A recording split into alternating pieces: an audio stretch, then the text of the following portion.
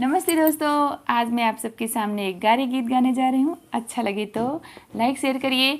शुरू करने से पहले अगर आप मेरे चैनल पर नए हैं, चैनल को सब्सक्राइब, बेल आइकन जरूर प्रेस करिए। कमेंट बॉक्स में बताइए कि मेरा गीत कैसा लगा।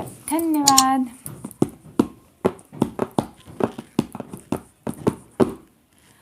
आई रे आई तरबुजवौ न पावा, आई रे आई तरबुजवौ न पावा, आई रे आई तरबुजवौ न पावा।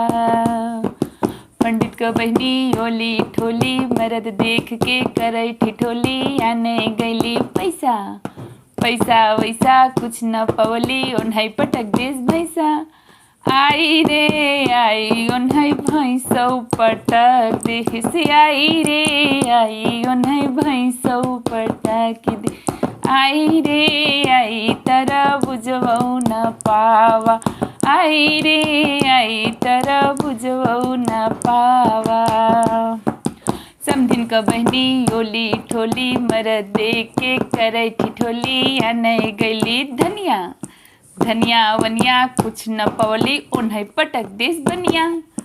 आई रे आई ओन्हई बनियौ पटक देह से, आई रे आई ओन्हई बनियौ पटक दे, आई रे आई तरबुजवौ न पावा, आई रे आई तरबुजवौ न पावा, आई रे आई तरबुजवौ न पावा।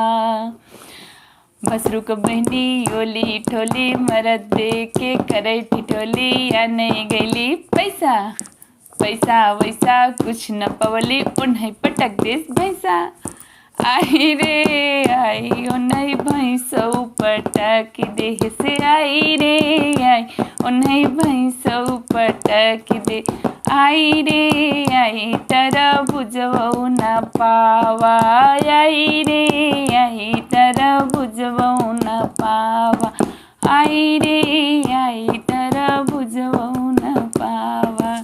धन्यवाद।